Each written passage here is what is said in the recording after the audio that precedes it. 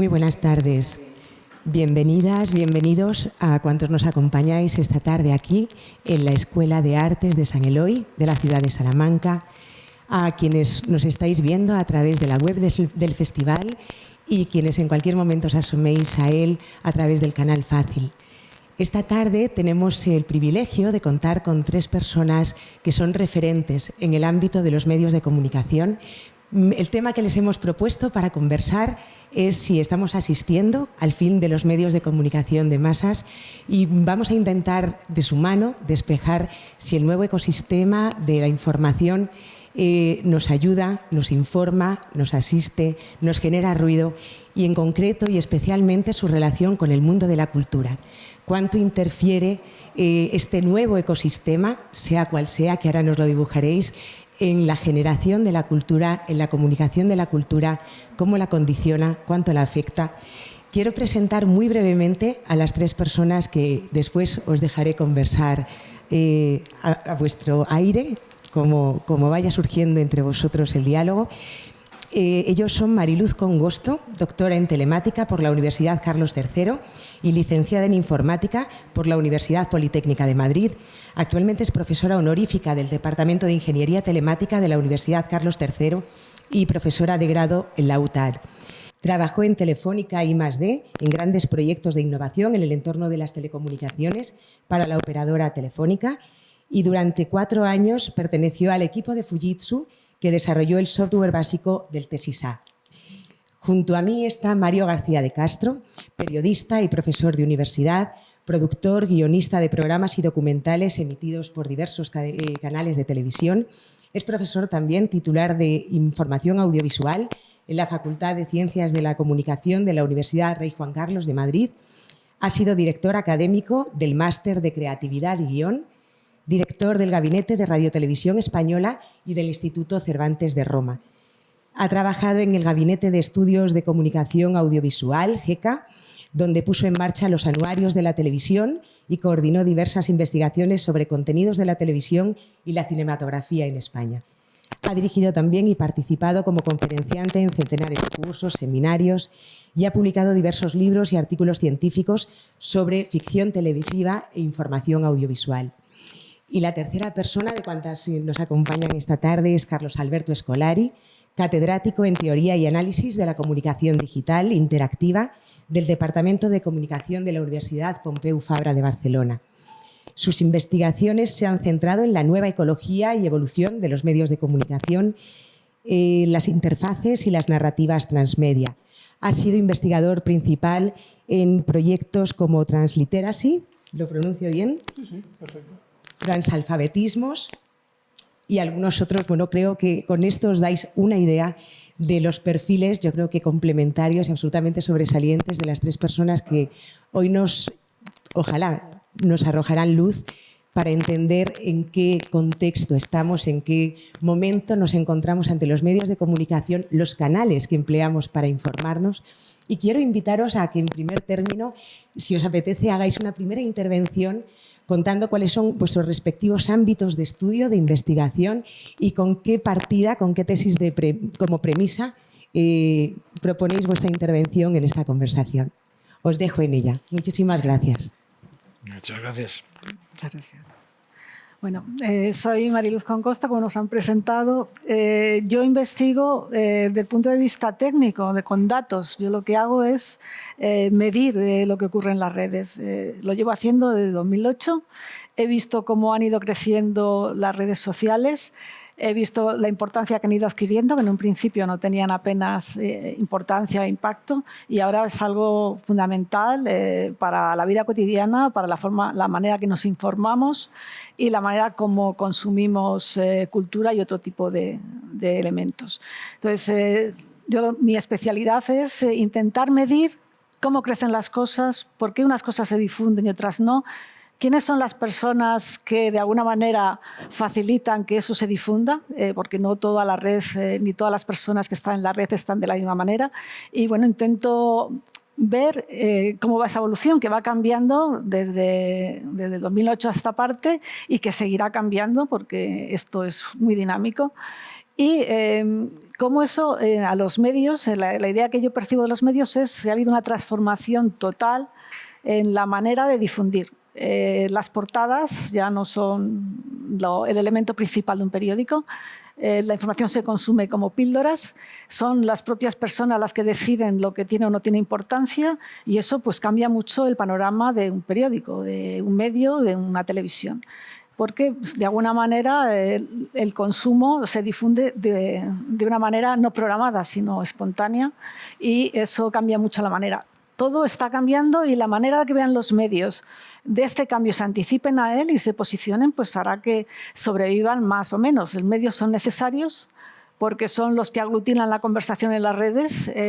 Si no hubiera medios, habría grupos disconexos porque se hablarían en grupos muy, muy separados. Son los medios los que aglutinan esa información y de alguna manera los que inyectan la información para que la consumamos, pero no son los dueños de la información. La información se digiere de otra manera y va cambiando la manera en que se digiere. Y bueno, ya hablaremos más adelante cómo vemos unas cosas y otras. Bueno, pues en mi caso, muy de acuerdo con lo que acaba de decir Mariluz. Mi caso es, yo me considero pues un periodista, finalmente, aunque ahora ejerza fundamentalmente de la docencia, pero mi trayectoria ha sido de periodista. Por tanto, mi visión sobre los medios necesariamente es de cronista, ¿no? Y sobre la influencia de los medios en la cultura también debe serlo de cronista, ¿no? Por eso que yo creo que efectivamente no existe un fin de los medios, no hay unos medios tradicionales o convencionales o, digamos, mainstream, ¿no?, que ahora mismo estén terminando su función, sino que, como tú muy bien apuntabas, hay una transformación de los medios, como siempre ha habido. Hay una, bueno, y qué decir de la crisis, ¿no? ¿Cómo no van a estar los medios de comunicación en crisis si está todo en crisis? Está la cultura, está la sociedad, está el sistema sanitario, está todo puesto en crisis, todo puesto patas arriba. Así que los medios de comunicación también. Lo que pasa es que tenemos una costumbre, una tendencia hacia la dicotomía, a debatir y a posicionar ideológicamente incluso lo que son viejos medios y nuevos medios.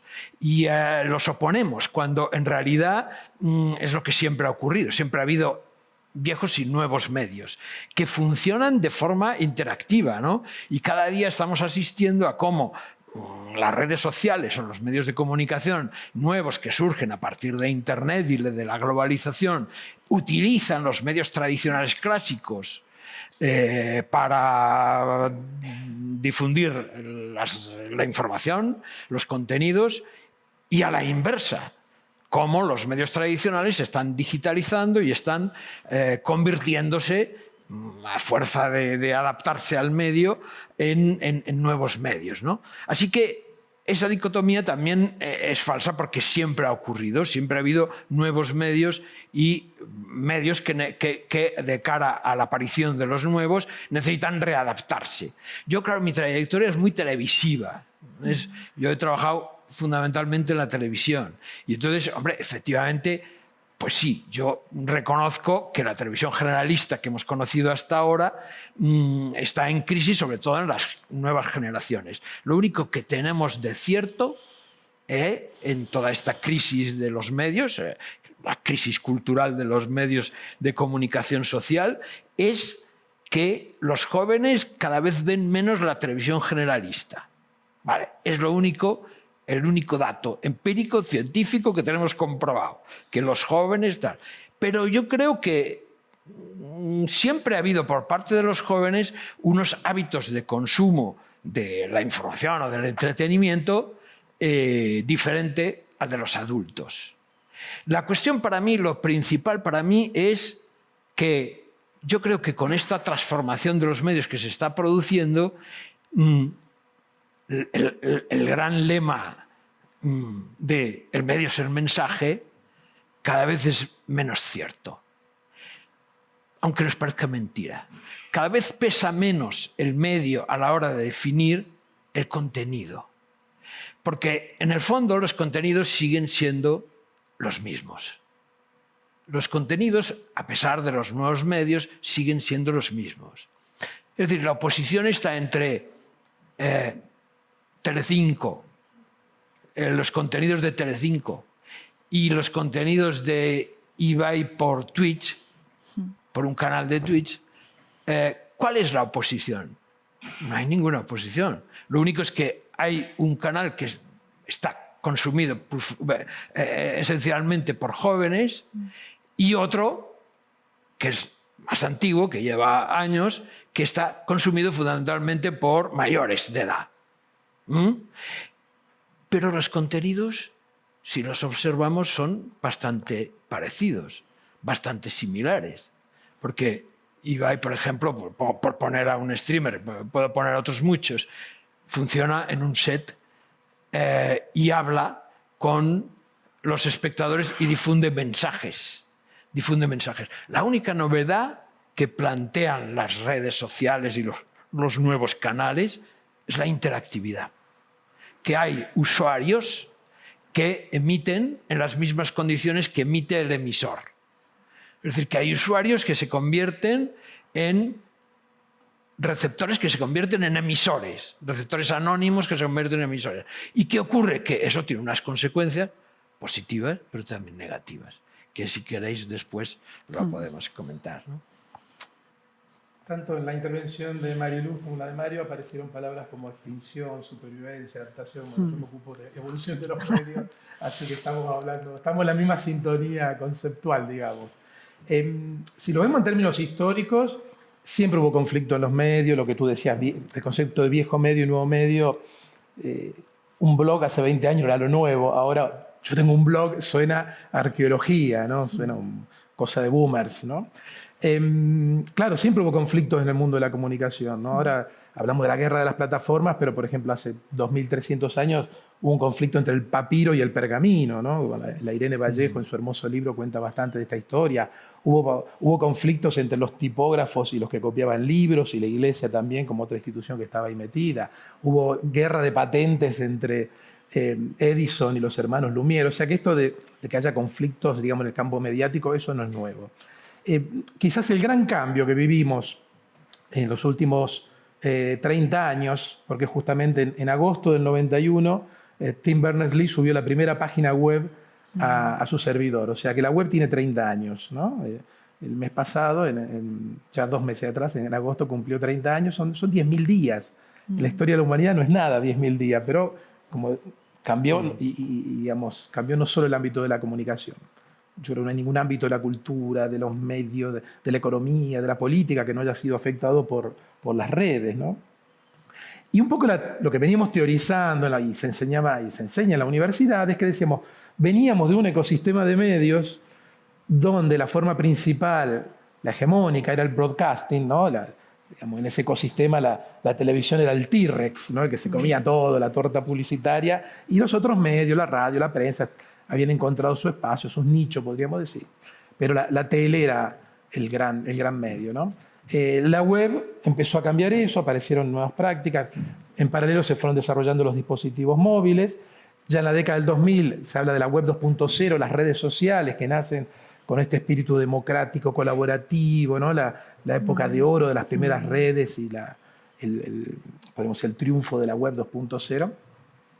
Y ahí se empieza, decíamos, por lo menos el discurso en las teorías de la comunicación de ahora, se empieza a descentrar, ¿no? Como que el broadcasting deja de ser la forma principal y el networking empieza a ser la forma principal de uso y consumo y de producción de nuestra vida, ¿no? Mediática.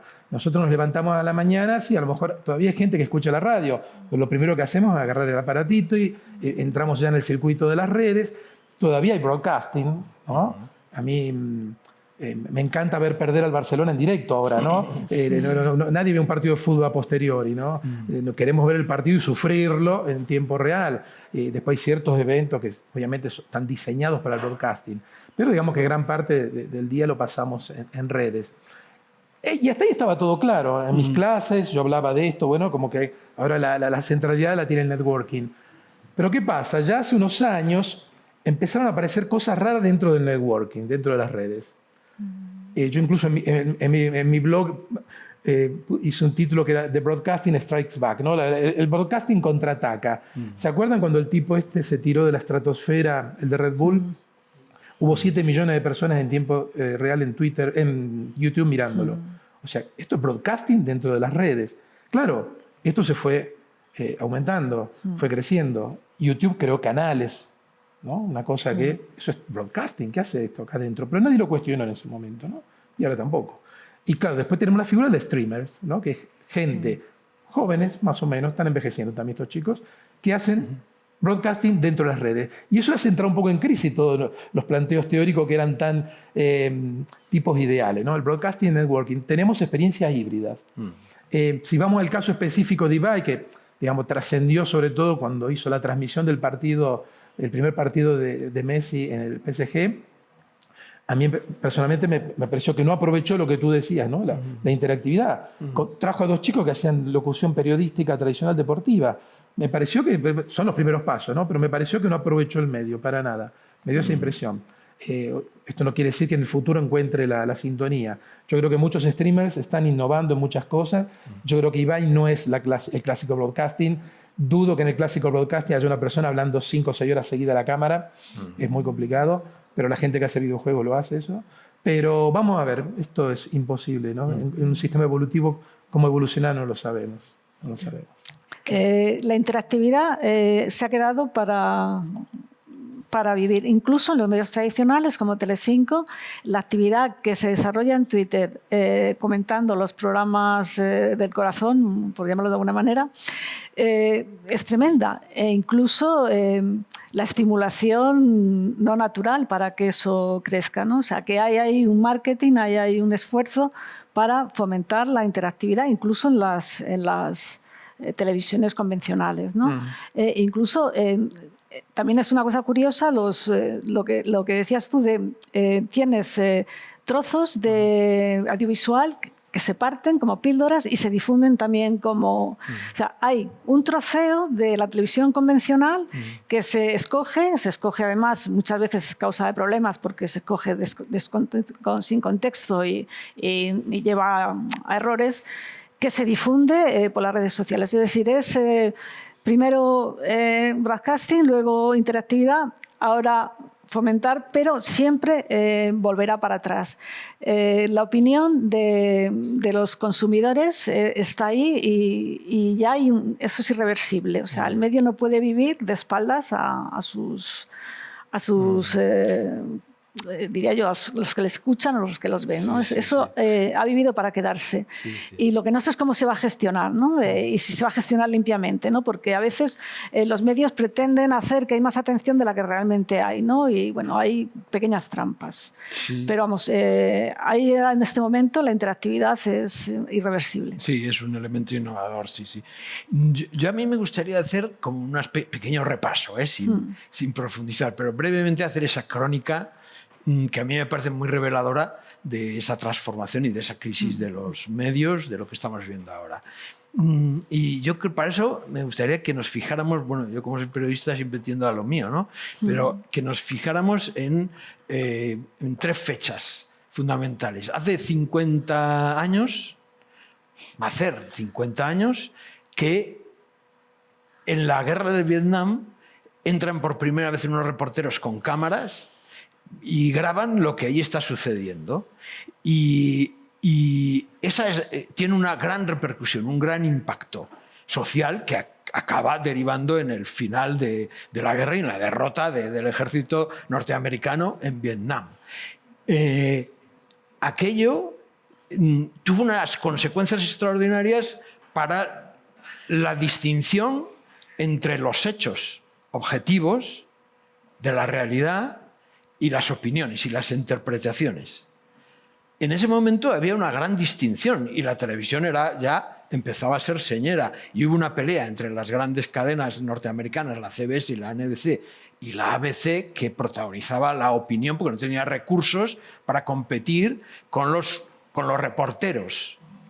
Y entonces ahí empezamos aquella es la época por excelencia del periodismo objetivo y del culto al experto, a la búsqueda de la verdad, a buscar la verdad en lo que está sucediendo y a diferenciar claramente entre hechos objetivos y opiniones o interpretaciones. Aquello de hace 50 años.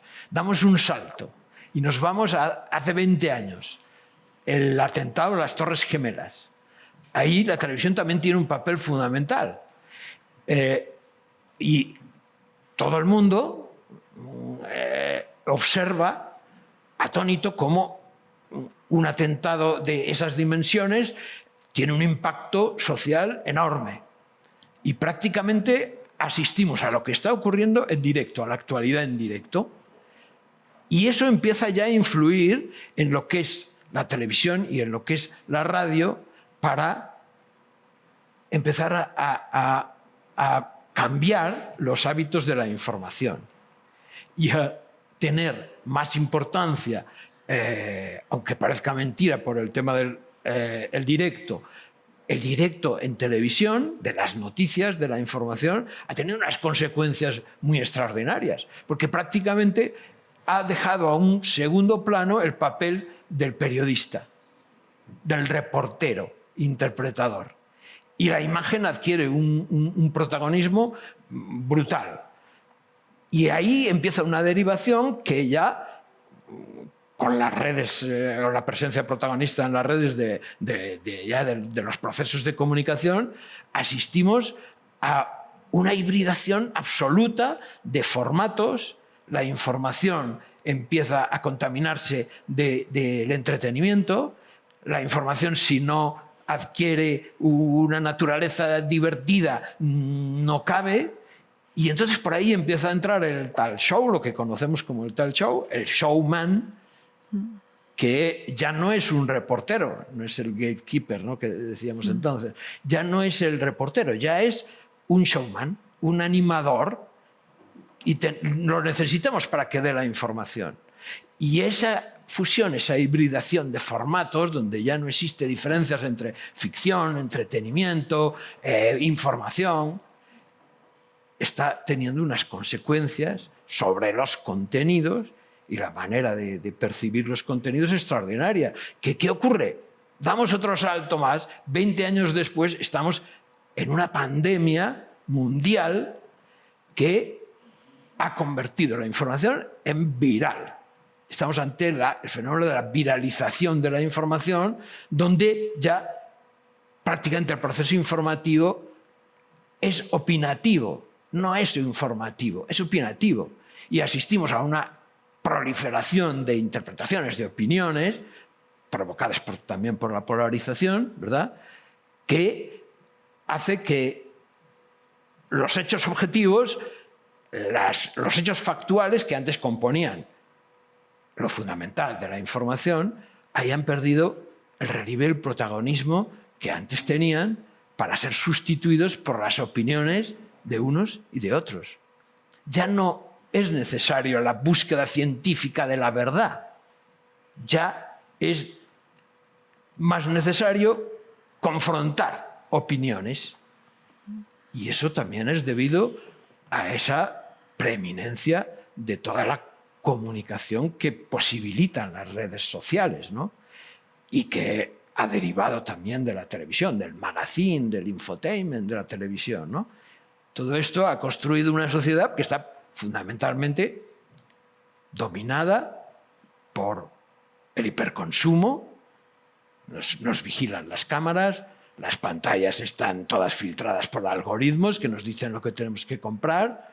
Es decir, estamos en una sociedad culturalmente dominada por la hipercomunicación y por el hiperconsumo, ¿no? Y es ahí a donde nos debe llevar la reflexión sobre esta crisis, que yo creo que es una crisis a la que estamos asistiendo, que es de un nivel de regresión cultural, pues para mí muy notable. Yo no había visto cosas semejantes hace muchas décadas de mi vida, ¿no? Así que esto me parece que es lo grave, ¿verdad? Los contenidos, ¿no? Los contenidos de la información que estamos transmitiendo y cómo se están produciendo intoxicaciones, manipulaciones. Estamos llamando a todo esto la posverdad. Hay una tal sobreinformación que no sabemos ya lo que es verdad y lo que es mentira, ¿no? Lo que es ficción de lo que es realidad, ¿no? Perdón, me he alargado un poquito, pero quería soltarlo. Siempre vinculamos los medios a los miedos. En 1913 se publicó un paper que anunciaba, un paper científico, digamos, una investigación, que el miedo era que la gente no iba a identificar la ficción de la realidad en el cine. Y así es la historia de los medios y de los miedos, ¿no? Cuando se masificó el cómic en los años 50, decían que le lavaba el cerebro a los niños y se volvían violentos. Las mismas cosas que hoy se dicen de los videojuegos, ¿no? Hay una hermosa exposición en Calla Forum en Madrid, que después va a ir a Barcelona, justamente ahora, sobre videojuegos, y un poco desvela todo este mundo más allá de los lugares comunes. Muchas de las cosas que critican hoy a los videojuegos y decían del cómic, se las decían a Flaubert en el siglo XIX por publicar Madame Bovary, que tuvo un juicio, lo acusaban de que, bueno, que las mujeres, sobre todo las lectoras, se encerraban en ese libro, estaban inapetentes, se encerraban en ese mundo. Lo mismo que hoy decían de los videojuegos, se lo decían a Flaubert en el siglo XIX. Yo no creo que haya habido un momento que el periodismo estaba perfectamente claro, esto es un hecho y esto es opinión. Como que en el diario, ¿no?, en la prensa, había una zona de opinión y una forma informativa. Eso existe solo en los manuales de periodismo. Yo no me lo creo eso. Aparte, por experiencia, nosotros los que estamos acá hemos vivido broadcasting, hemos vivido el viejo ecosistema y somos migrantes, ¿no?, en el nuevo ecosistema. O sea, que hemos conocido las dos realidades. Y por lo menos de mi experiencia mediática, incluso de joven, hubo un gran conflicto entre Argentina y el Reino Unido, una guerra que se combatió en unas islas en el sur, en las Malvinas o Falkland, y fue una guerra televisiva manipulada por una dictadura encima, ¿no? O sea, que esto separar, esto es objetivo, o periodismo objetivo, esto es periodismo de opinión, yo no me lo creo. Lo que hay ahora es muchas más opiniones, y lo que hay ahora es muchos más puntos de vista. En una época había un canal de televisión público, y después vinieron los privados. O sea, hubo una época que había... ¿Cuántas interpretaciones había de la realidad a nivel mediático? Había una o dos, había 3 o 4 medios impresos, más o menos, ¿no? Lo que trajo la web fue una apertura, quizás antes la televisión por cable también, ¿no? Pero una progresiva apertura, y eso genera incertidumbre, genera caos, ¿no? Porque haya tantas interpretaciones. En ese sentido, yo creo que hay parte del discurso original de la web y también de las redes que yo creo que está vigente. Hoy es mucho más difícil ocultar información, hoy es mucho más difícil, ya sea información de corrupciones económicas o políticas, ¿no? Yo creo que eso ha cambiado muchísimo, para bien diría. O sea, yo prefiero el caos actual, que hay mucha interpretación, incluso hay operaciones algorítmicas para modificar eso. Yo prefiero eso a un ecosistema donde hay 2 o 3 medios que te dicen lo que hay que saber y está todo controlado, ¿no? Hablamos de mayor complejidad, de mayor incertidumbre, y yo creo que es así. La pandemia no hizo más que acelerar ciertos procesos, o por lo menos volverlos más visibles. Que la escuela estaba en crisis lo sabíamos hace rato, que los medios estaban en crisis lo sabíamos hace rato, que el sistema político está en crisis lo sabemos hace rato, todo el mundo se queja, en todos los países que los políticos no los representan, ¿no? Y como que la pandemia puso eso en evidencia, abrió un canal, diríamos, todas estas cosas que más o menos sospechamos, y bueno, yo creo por eso, bueno, más allá de su costo terrible en vidas de la pandemia, y de crisis económica también, y psicológica en muchos casos, también sirve para ver todo esto, ¿no? O sea que hay un lado bueno, podríamos decir, de esta crisis, de la pandemia, porque nos permitió ver cosas que no funcionaban, y bueno, estamos viendo que ya la universidad arranca en modo híbrido, el teletrabajo en muchos ámbitos se combina con el trabajo tradicional, pero no me quisiera ir por las ramas, ¿no? Volviendo a la situación actual, bueno, yo creo que hay muchos nuevos actores en la ecología de los medios. No está solo Ibai ni el Rubius, hay decenas, miles de nuevos actores. O sea que esto es mucho más complejo. Pero yo creo que es más rica, digamos, la dieta mediática nuestra es más rica. Nunca en la historia de la humanidad había tantos textos a disposición de la gente, desde textos breves, snack, como digo yo, hasta las grandes sagas televisivas o impresas. En ese sentido la vida es mucho más rica, ¿no? Pensemos en una persona, no sé, hace 100, 200 años, en el medioevo, ¿qué podía leer? No sabían leer primero, ¿no? Pero a lo mejor tenía acceso a un par de imágenes en su vida, ¿no? Hoy tenemos todo. Lo que tenemos que aprender a movernos en eso y aprovecharlo de manera positiva, ¿no? Yo creo que la madurez de las redes, de gente que ya lleva tiempo, no todo el mundo está en redes, pero los que se consumen información a través de las redes, han ido evolucionando, son capaces de digerir incluso la mala información. Las opiniones camufladas, bueno, los hechos camuflados como opiniones, cuando llevan datos, se rebaten. Hay mucha gente trabajando con datos. Y cuando alguien dice algo que no es cierto, se escribe y incluso los grandes medios, como La Vanguardia, pues pone titulares con hechos que llevan detrás datos malos. Y la gente los analiza y dice, no, esto que ha dicho La Vanguardia es mentira. Por eso digo que la interactividad es muy buena, porque puedes lanzar la información que lances, pero si esa información es mala, va a haber alguien que te diga que eso no es así. Y eso se va a difundir. Entonces, tienen que cuidar porque la gente vigila la información que les da. Entonces, yo creo que en ese aspecto es muy positivo la interactividad. El poder contestar a lo que me están contando, ¿no? Hay una cosa muy curiosa, por ejemplo, en un hashtag que quiero analizar, en Lo País, ¿no? Cuando El País publica alguna noticia con un titular con cierto sesgo, pues parte de la reacción es llamarle Lo País, como quitarle la categoría de medio, ¿no? También hay lo ABC, Lo Mundo y a muchos más. Entonces, de alguna manera, cuando se publica algo que tiene sesgo, pues va a tener una reacción contraria. Yo creo que la pluralidad en las redes no es muy grande, aunque tenemos información de muchas fuentes, incluso de que no son medios, gente youtuber y gente que hace cosas. Al final, tristemente, yo por lo que veo y cuando analizo, me sale siempre, analizo redes sociales, cómo se conectan, me salen como dos bolas, que son la opción A y la opción B. Es decir, aunque llega la información de muchos lados, aunque pueda haber pluralidad a la hora de emitir, a la hora de consumir, la gente tristemente se decanta por un lado y por otro. Entonces tenemos ahí una polarización que yo creo que es mala, ¿no? Pero creo que las redes tienen una parte positiva en cuanto a que lo que se emite mal se va a corregir.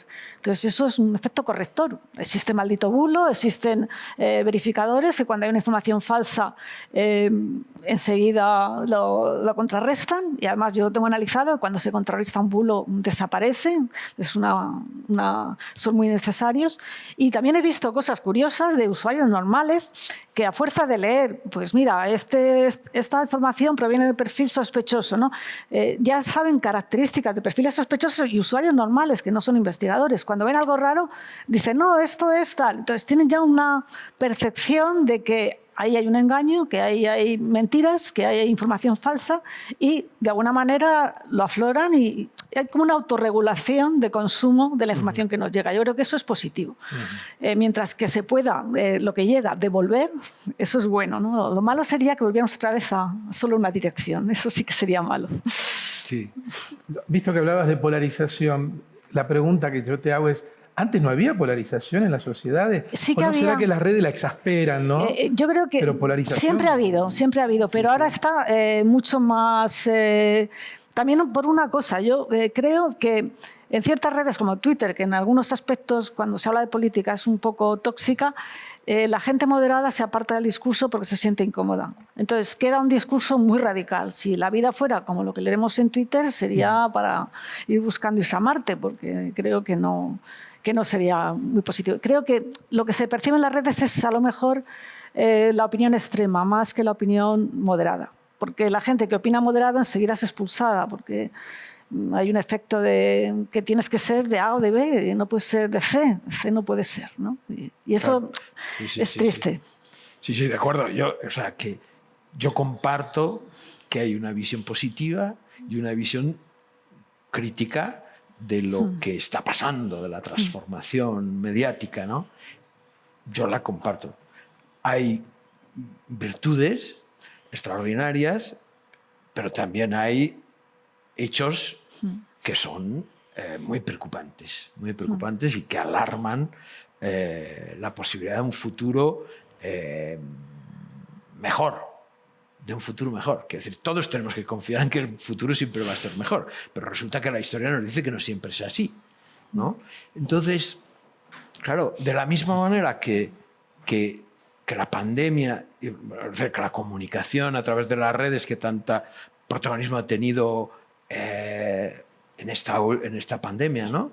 Y ha habido cosas muy positivas, ha habido imágenes extraordinarias que nos han, a través de las redes, que se han viralizado, que dices, qué positivo, gracias a las redes, pues hacíamos las campañas esas de salir al balcón para aplaudir al sistema sanitario. Ha habido unas fotografías, unas instantáneas extraordinarias de la pandemia que se difunden y que dices, estos son elementos extraordinariamente positivos, como lo que tú decías, Carlos, ¿no? Pero a la vez también ha habido cosas extraordinariamente negativas, y entonces ha habido un auge durante la pandemia de las teorías conspirativas. El negacionismo ha tenido una capacidad y un poder, y sigue teniendo, pues extraordinario, ¿no? Que está fundamentalmente apoyado en los nuevos sistemas de comunicación, fundamentalmente apoyado en eso. Durante el año, este año hemos vivido el paradigma, digamos, que de esos elementos sostenidos en Twitter o en redes sociales ha sido el mandato de Trump en Estados Unidos. Fundamentalmente, un nuevo populismo donde la verdad y la mentira pues estaban completamente confundidas. No sabíamos lo que era verdad y lo que era mentira. Había una hibridación total de hechos ciertos, objetivos, y lo que eran puras opiniones sin fundamento, ¿no? Y entonces asistimos a esas imágenes del Capitolio que son espeluznantes, ¿no? Basadas fundamentalmente en los nuevos sistemas de comunicación, ¿no? De posiciones ideológicamente muy extremas, ¿no? Pero claro, también gracias a estas imágenes y a las redes, pues tenemos, como tú dices, Carlos, la mayor transparencia en filtraciones de documentos. Ahora mismo asistimos, gracias a las navegaciones y a la web, asistimos a las filtraciones que desde el 2003, con la aparición de Anonymous, hasta ahora han ido periódicamente apareciendo documentos secretos, tal, que es, efectivamente, estamos ante un fenómeno de mayor transparencia de lo que antes estaba opaco, ¿no? Y, por ejemplo, pues asistimos a la agonía de George Floyd, que levanta todo un movimiento de solidaridad, movimiento antirracista, que no solo en Minneapolis, sino que llega hasta Europa gracias a los nuevos sistemas de comunicación. Vemos esas imágenes que antes no veíamos, es decir, que hay mucho más transparencia en ese sentido. Pero claro, también está lo otro. Y que hace, a mí me da por las fechas, pero bueno, hace 100 años, ¿no? O va a ser dentro de poco, ahora 100 años, digamos que las actitudes gregarias de grandes capas sociales, otorgaron la confianza como líderes políticos a dictadores totalitarios, apoyados en dos cosas: en la manipulación de la realidad y en la intoxicación, ¿no? Apoyados en la manipulación y en la propaganda, no en hechos reales. Entonces, bueno, yo lo único que digo es estemos alerta, porque efectivamente hay grandes ventajas y grandes inconvenientes. Vamos a ver qué es lo que pasa en el futuro. Bueno. Era interesante porque cuando apareció la web y un poco todo el movimiento cibercultural, la revista Wired, que es la Biblia de Silicon Valley, en los años 90 el discurso era totalmente utópico, positivo. Está el famoso libro de Nicolás Negroponte, que era el director del Media Lab en el MIT, desde el año 95, ¿no? La vida digital se llama el libro, ¿no? Y un poco lo que él proponía es que gracias a las redes, a la tecnología digital, se iban a terminar los problemas del mundo, ¿no? Se iba a terminar con los problemas de educación, de alimentación. Bueno, como que esta tecnología iba a emancipar a las masas, ¿no?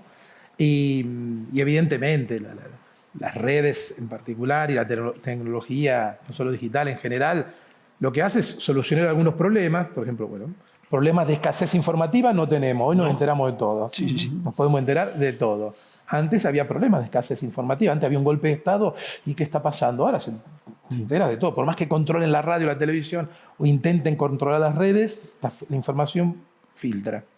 Hemos solucionado algunos problemas, han aparecido nuevos problemas que nadie hubiera pensado en los años 90, toda esta manipulación algorítmica, ¿no? De poder captar datos de manera bestial de millones de personas y sobre eso operar era una cosa que seguramente no se vislumbraba en los años 90. Y otros problemas se han potenciado, ¿no? Esta tensión, ¿no? O el hecho de ocultar información. Las fake news no son de ahora, las fake news existieron siempre, solo que ahora adquieren otra dimensión. Los fenómenos virales, lo mismo, siempre hubo pasapalabra, siempre hubo campañas hasta de publicidad basadas en el pasapalabra. Lo que pasa es que ahora estamos en una dimensión ya de comunicación global, digital, y todo se ha vuelto muy viral. Los movimientos políticos, ya no solo los movimientos, los dictadores aprovechan esto.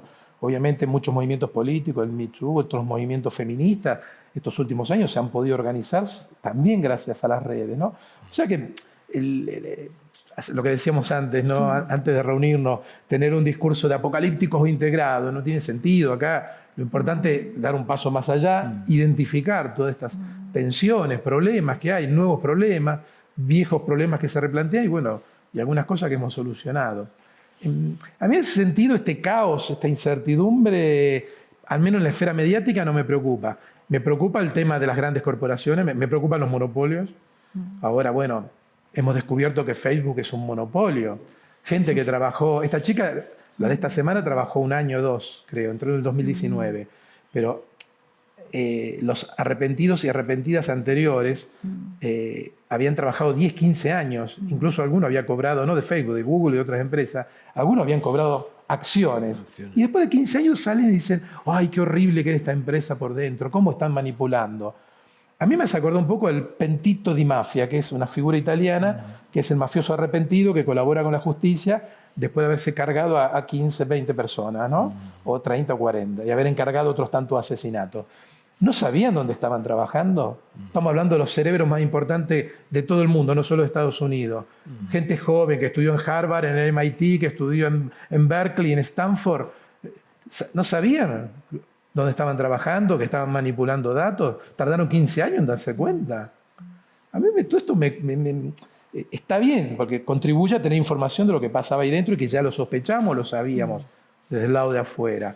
Pero a mí esta figura de ciertas personas que han estado ahí unos cuantos años y de un día para otro adquieren cierta presencia mediática contando lo que pasaban ahí dentro, no sé, no me termina de convencer alguna cosa. No por ser conspiracionista, pero la actitud de esta gente, ¿no? Podría haber salido mucho antes, yo creo. Nos podríamos haber enterado mucho antes de muchas de estas cosas, yo creo. Las redes sociales, las plataformas han crecido de una manera bestial. Bueno, yo no tengo WhatsApp porque es también de Facebook, entonces ya es demasiados datos que tiene Facebook de mí.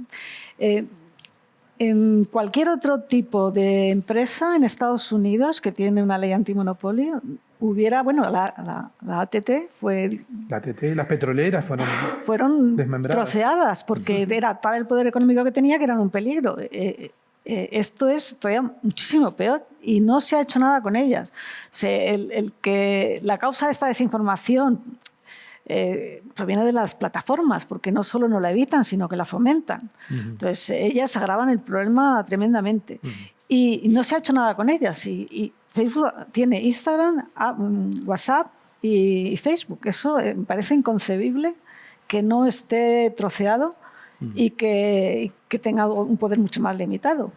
Bueno, no otra posibilidad es que Facebook termine siendo el pato de la boda, porque ahora lo están acorralando a Zuckerberg, pero no nos olvidemos que están a Amazon y hay unas cuantas, otras Google, obviamente, ¿no? Que están en la misma situación casi. Claro, y además son empresas de contenido global, o sea, son mundiales. Totalmente. Y es un monopolio tremendo, que eso tenía que estar de alguna manera salvaguardado, porque no se está...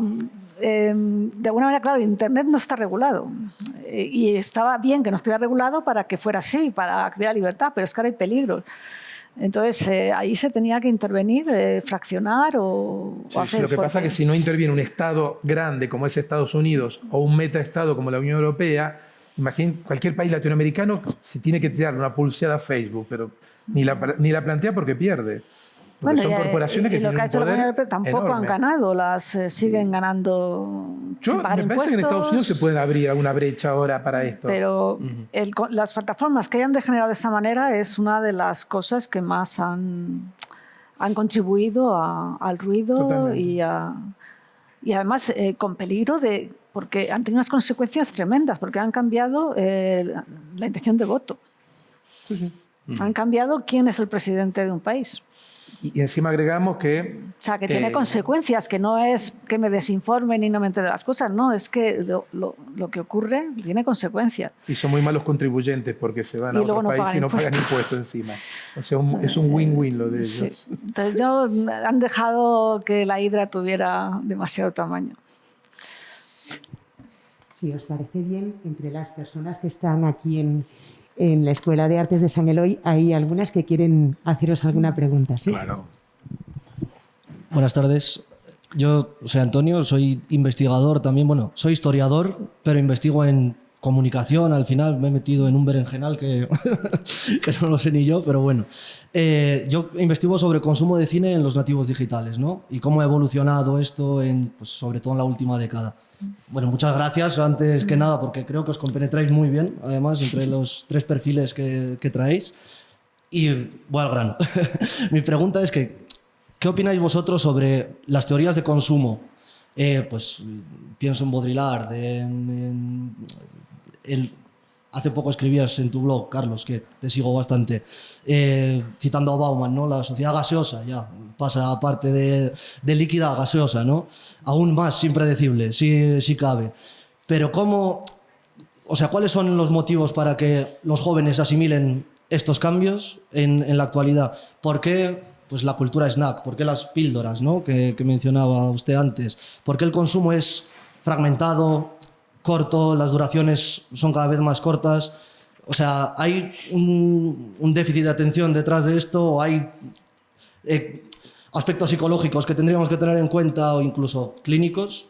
¿O es puramente gusto y tendencia de consumo por lo que nos venden en las redes o por lo que se comparte o por lo que se hace mediático? Gracias. A ver, fragmentación de la información empezó a haber en el siglo XIX, cuando apareció la prensa, información en bloques cortos. Si vamos después a la televisión también, los formatos breves, las cápsulas. CNN también inauguró mucho. CNN nació junto con MTV, ¿no? El videoclip, la cosa breve, CNN con cápsulas informativas, gente un poco cronista en todo el mundo que hacían intervenciones muy rápidas desde el lugar de los hechos. Hay una confluencia de cosas aquí, ¿no? Por un lado tenemos todo un desarrollo tecnológico, los dispositivos móviles. Hay gente que se jacta, me vi toda una temporada de una serie en el móvil, pero generalmente el consumo en el móvil y la producción nuestra de contenido en el móvil es breve. Ponemos comentarios, subimos una foto, un breve vídeo. A lo mejor yo venía en el tren, ayer, y a lo mejor hice un consumo más largo que no haría nunca en otra situación, ¿no? En situación de movilidad a lo mejor cambia eso, en viajes largos, sobre todo de Madrid a Salamanca. Pero está la confluencia del hardware, digamos así. Los formatos breves existieron siempre. El refrán, el aforismo, se pierden en las tinieblas de la historia. Pero ¿qué pasa? Los formatos breves encuentran en este nuevo ecosistema su caldo de cultivo ideal. La cosa viral, ¿no? El tweet, el tráiler, el sneak peek, si hablamos de audiovisuales. Hay un contenido breve audiovisual que es el que más me gusta a mí, que es el spoiler. Que es textual, pero te mata una experiencia sobre todo, o un libro, pero sobre todo una película o algo, ¿no? No me meto en el ámbito psicológico, hay estudios bastante contradictorios sobre esto. Cada vez que aparece una nueva tecnología, los psicólogos se meten de cabeza ahí a buscar adicciones, porque eso es un buen mercado, encontrar adicciones. Los laboratorios no están fuera de ese discurso tampoco. Pero obviamente, más allá de que pueda haber un caso o casos particulares de adicción, se exagera, yo creo, bastante con ese tema. Es la forma que adopta la cultura y la comunicación en esta época. Yo no buscaría una causa o un discurso más conspiracionista de que nos están llevando hacia allá. Funciona así, la sociedad se ha acelerado, tenemos mucho más texto, muchas más cosas para hacer. Digamos, yo no escucho a nadie que diga que le sobra el tiempo, estamos todos cortos de tiempo. Entonces lo breve encaja ahí, ¿no? Y también hay que decirlo, sobre todo, bueno, estamos en una ciudad universitaria, hemos tenido mucho rollo en la universidad, ¿no? Hay formatos breves en la educación, pero también muchas cosas se podrían haber dicho. Yo dirijo un doctorado y estoy viendo, y estas son tendencias mundiales, se están acortando las tesis doctorales, cada vez son más cortas, ¿no? Porque se va al hueso de la cuestión, se hace una investigación y no hay estos rollos de 500, 600 páginas, ¿no? Así que yo creo que, bueno, es un clima de época este. Es algo que viene ya de la modernidad y veremos cómo continúa, ¿no? Si pasaremos de lo líquido a lo gaseoso, esta cosa tan efímera, donde hay remolinos, ¿no? Hay choques. Es la cultura de lo subjetivo, ¿no?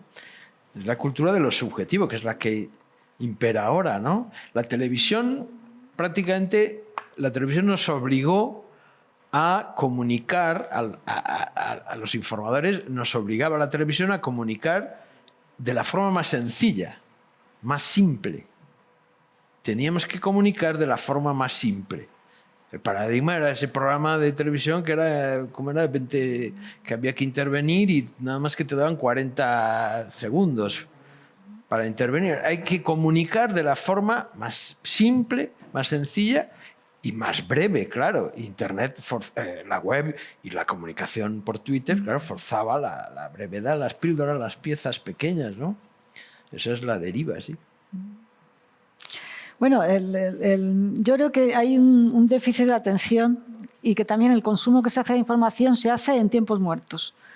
Se consume mucho en móviles en tiempos muertos, esperando el autobús, esperando que llegue alguien, y es un consumo, o sea, no te pones con el móvil todo el día a leer, sino en ratos muertos. Claro, eso te obliga de alguna manera a contenidos cortos, ¿no? Y además tenemos muchísimas cosas que nos llegan y queremos asimilarlas todas. No podemos dedicarle 10 minutos a un tema, porque es mucho tiempo, ¿no? Entonces, si quieres saber qué está pasando, tienes que ir a la parte corta. Y también sí se ha perdido mucho el hábito de la lectura. O sea, leer un libro es algo casi excepcional entre los jóvenes. Hay poca gente que se lea un libro, porque se consume cosas cortitas y se va saltando de cosas cortitas. Y es una costumbre que ha arraigado y yo creo que va a ser muy complicado que varíe, no sé las nuevas generaciones, pero las que hay, yo no se van a quedar ahí. Yo tengo alguna duda sobre esto de la corta atención que tendrían las nuevas generaciones. Porque por un lado es cierto que a veces en la clase, ¿no? en el ámbito educativo, y sí, no van a estar 1 hora y media, 1 hora escuchando a una persona hablar. No, hay que hacer cosas breves, cambiar de actividad, etcétera, etcétera. ¿No? Todo eso lo hemos ido aprendiendo. Pero después ese mismo chico o chica se tira 5 horas mirando un gameplay. Entonces, ¿cómo que pierde la atención? Dentro del aula pierde la atención, porque después se pasan 4 o 5 horas frente a la pantalla haciéndose todo un videojuego mechado con... Son muy buenos estos chicos, ¿no? Y chicas, youtubers, streamers en general. Mantener la atención 5 o 6 horas, un videojuego, chiste de acá, situación de acá, hay que hacerlo, ¿eh? Yo en eso no... Son showmans. Sí, totalmente. Y dominan una cosa que, bueno... Y eso me extrañó que no lo hiciera Ibai en el partido de fútbol de Messi. Sí. Me trajo dos periodistas deportivos jóvenes, amigos de él, y terminó haciendo una transmisión deportiva tradicional, sí, casi. Cuando lo que yo me esperaba era que aprovechara la experiencia de gameplay para contar el partido de Messi, que le metiera efectos especiales de sonido, se rieran un poco. Fue aburridísimo. Sí. Porque quisieron hacer un periodismo tradicional, pero no eran grandes profesionales. Claro. Para eso mejor mirar el Chiringuito en YouTube, ¿no? Era mucho más lindo, más divertido. Pues sí. Yo me muevo entre la escuela y la biblioteca. Estoy muy de acuerdo con lo que comentáis del momento de hibridación que tenemos, un momento que yo creo que la necesidad de huir de esa dicotomía, ¿no? Que se nos plantea por todos los lados, el enfrentamiento entre el libro impreso, el libro digital, todo parece como un choque, ¿no? Hay una continuidad, hay una retroalimentación, hay ese crecimiento a partir de ello. No creo que haya realmente... Obviamente la situación es muy especial, ¿no? Y es un cambio muy fuerte, pero no hay esa ruptura que se nos vende, ¿no? Y tenemos muchos elementos, ¿no? para afrontar una situación de hiperinformación, de bulos, de infoxicación, ¿no? Que tampoco es nueva, ¿no? Que en otras épocas y en otras circunstancias se daba también, pero que ahora cobra una dimensión nueva, ¿no? Desde mi profesión, ¿no? En la escuela y en la biblioteca, me planteo y me preocupa realmente si, y es la pregunta que os lanzo, ¿no? Si afrontamos esta situación con la suficiente capacitación, si por contra la afrontamos con una mayor ingenuidad, con un exceso de inocencia, con menos capacidad crítica, esa sería una cuestión. Y por otra, ¿cómo veis que las instancias educativas y culturales, cómo veis la respuesta realmente que estamos dando ante esa situación, ¿no? ¿Estamos aportando valor añadido o estamos renunciando, tirando la toalla, ¿no? Frente a algo que no solo a nosotros, sino al conjunto nos crea incertidumbre, nos puede hacer vivir una sensación de que nos sobrepasa, pero que indudablemente yo creo que tiene muchas oportunidades. Gracias. Bueno, yo sí yo estoy muy de acuerdo que para mí es una gran preocupación cómo y quién hace frente a esta deriva, ¿no? de la hipercomunicación, de la sobreinformación, del hiperconsumo, etcétera, en los jóvenes, y de cómo hay que afrontar la educación en medios, ¿no? Y desde qué edad, desde cuándo hay que hacerlo. Yo creo que es fundamental que nos planteemos eso que para mí es el principal desafío que tiene el futuro, que es, insisto, la distinción que cualquier ser humano debe de estar capacitado para hacer entre hechos reales y opiniones. Eso que ahora está completamente confundido a través de los medios de comunicación, que incluso en televisión, o sea, resulta que los programas de opinión anteceden al propio informativo. Es decir, que la opinión ya, cuando ya te van a contar lo que ha sucedido hoy, ya te han dicho cómo lo tienes que entender, ¿no? Es decir, que la opinión es hegemónica sobre el hecho objetivo. Esa confusión entre verdad y mentira, o no mentira, sino verdad subjetiva o verdad alternativa que dicen determinados sectores populistas, eso es fundamental. Cómo desde la educación básica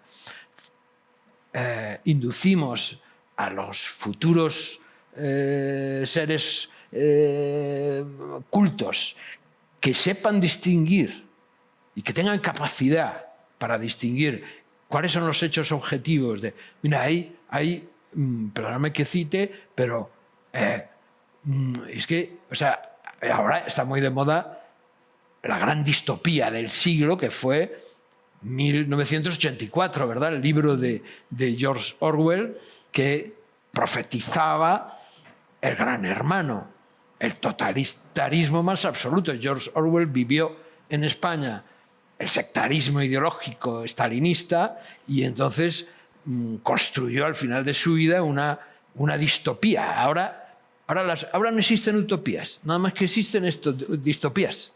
El futuro se nos ha convertido en un gran desastre. A lo mejor es por todo lo que estamos viviendo, que es bastante desastroso, sí, pero todo es una distopía. Si vemos las series de televisión, las utopías, es decir, la esperanza en la liberación, se acabó. Se acabó con el nuevo siglo. Y ahora todo es distópico. Y es distópico porque entramos en zona peligrosa de alarmas, como hay en las alarmas de las redes sociales, ¿no? De alarmas entre lo que es una intoxicación, lo que es falso y lo que es verdadero, ¿no? Una gran lección de periodismo, lo digo porque lo he leído hace poco, la escritora esta judío-alemana, que también está muy en boga ahora, sus libros, pero en el 52 creo que fue, Hannah Arendt escribió El origen del totalitarismo, que venía a profundizar en lo que George Orwell había dicho sobre la manipulación de la realidad como origen del totalitarismo, ¿no? Y ella nos dio una lección de periodismo. Y ella dijo, señores, el periodismo es la búsqueda científica positivista de los hechos reales. Y los hechos reales deben convertirse en una categoría política que debe estar por encima de las controversias, de la política y de las emociones. Y ahora esto todo está revuelto, ¿no? Todo está revuelto. Pero claro, Hannah Arendt apuntó en el origen del totalitarismo esta lección fundamental de periodismo. Oiga, el periodismo limítese a hechos objetivos y reales. Las opiniones y la controversia y los debates, eso es política, pero no es periodismo. Y ahora mismo eso está un poco confundido. Bueno, me he enrollado con esto, pero... Bueno, con la pandemia, que hubo mucha alarma con la desinformación, salieron por ahí unas leyes que nos iban a regular. Y bueno, yo creo que eso es muy peligroso, porque ¿quién tiene la verdad? Y luego la verdad no puede ser un gobierno custodio de la verdad, porque no sería objetivo, ¿no? Entonces, ante este problema, la educación es fundamental. La educación de los jóvenes y de los mayores, porque los que más desinforman son los mayores. O sea, el grupo mayor de desinformación está las personas mayores con WhatsApp, que creen, son muy ingenuos, no tienen cultura digital y creen que todo lo que les llega es verdad. Y son los grandes difusores. Pero bueno, irán madurando con el tiempo y irán mejorando. Pero a los jóvenes hay que educarles en el espíritu crítico. Primero, no creerse cualquier cosa y segundo, en razonar y buscar, tener un criterio. El espíritu crítico es fundamental y yo creo que eso se ha perdido mucho en la educación. No hay espíritu crítico. Hay como dogmas y que tienes que ser de una manera, o sea, hay unas imposiciones de cómo debes ser y el que piensa de forma contraria enseguida es acorralado. O sea, creo que el tener tu opinión y el razonar por qué tengo tu opinión, eso habría que fomentarlo en los colegios desde pequeñitos. Tú preguntabas sobre las bibliotecas. Bueno, yo antes mencioné instituciones o espacios o interfaces, como digo yo, tradicionales, la política, la educación, que ya tienen varios siglos y que la pandemia aceleró no diría decadencia, pero evidenció sus problemas, de manera que ya sospechábamos que había problemas y los hizo evidentes. Y las bibliotecas es otra cosa, es otra interfaz de institución que está en la misma situación.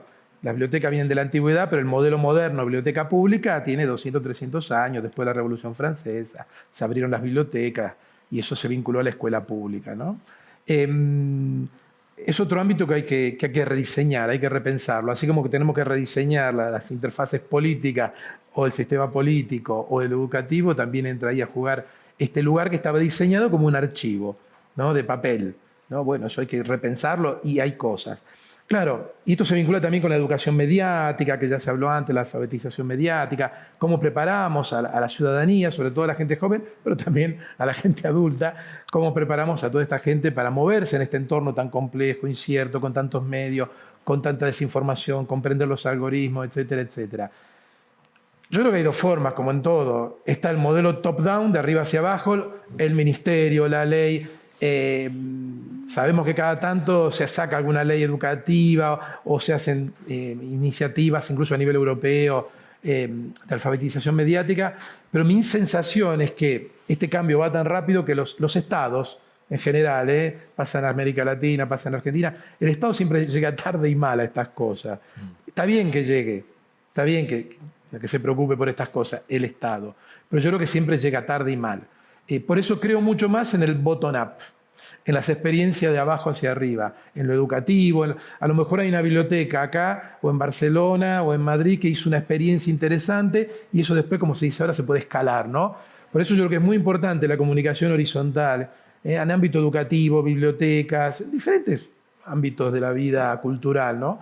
Porque yo creo que va más por el ensayo y error que por algún decreto o ley que ponga o venga a salvarnos. A lo mejor hay experiencias muy interesantes, que a lo mejor es un festival acá, una biblioteca de más allá. Ah, mira, hicieron esta cosa, aprovecharon esto y lo otro. Y eso después les sirve a otra gente.